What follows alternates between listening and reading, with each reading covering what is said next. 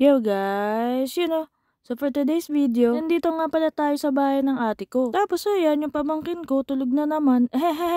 Sabay dito nga pala sa likod, nakatulog din yung pamangkin kong bunso. At sa sobrang lakas nga pala ng hangin, natanggal na rin ang kanilang sunshade. Kailangan na rin niya ikabit mamaya. At maya-maya nga pala, nakapasok na rin kami dito sa loob. Kaya yan, tamang likot-likot na naman ang mga itik. Ay, ba nga pala yun. Kaya habang wala mo nang ginagawa, nakipagkulitan muna ako dito sa mga pamangkin ko. Habang yung isa bad trip na dun. Tapos ako nga pala, ay tamang tawa lang dito sa Gedli. Nagcha-charge ako. Videoin na lang kita dito. Videoin na lang kita dito. Kaya ayun, na bad trip na nga ang pamangkin ko dyan. Nagcha-charge kasi ako eh. Pero pinagbigyan ko na rin siya. Oh, ano ginagawa mo? I'm fixing because... Intro muna, intro. Yo guys, so today's video. Ano? Ano gagawin mo? Ano na? Sabi mo about today's video. For today's video, bibihis ko yung... So, ayun.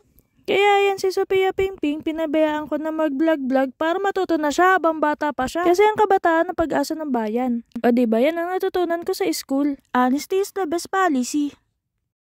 Gusto mo ng ice cream? Ayaw mo? Gusto ko. Vlog mo ko. Yo guys, so today's video, bibihis ko yung video ko. Kasi naligo siya sa alayin ng kama. Alalim ng kama.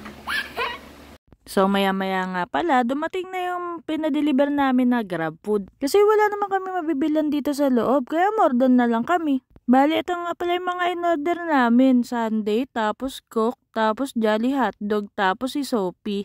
Ayan o. Ako makita!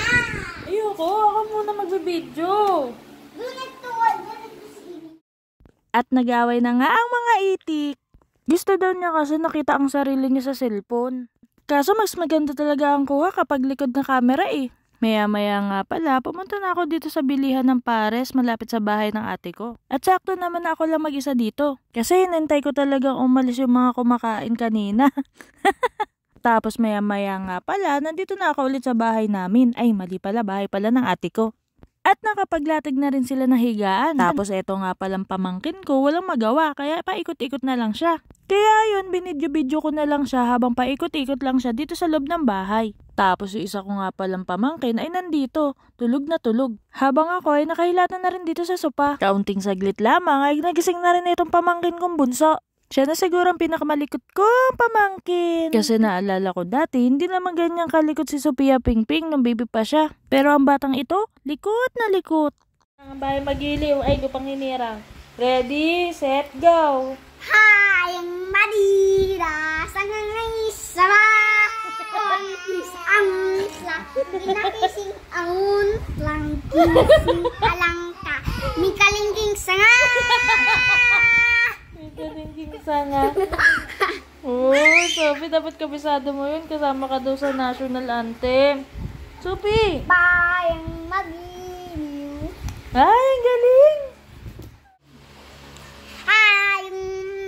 Madida, sanganay sama, konti sangan, minganikin mama.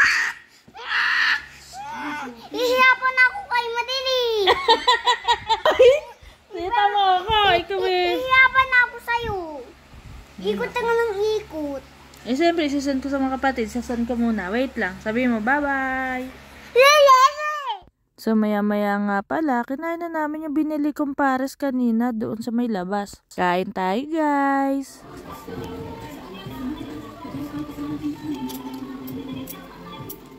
Buti yung nabili nito sa inita. Ay, saan ba? Ayun dito. Nabili ko. Buti na pakapay. Malalim-lalim.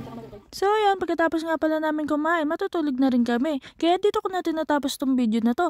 Hanggang sa susunod, paalam! Mamamamam!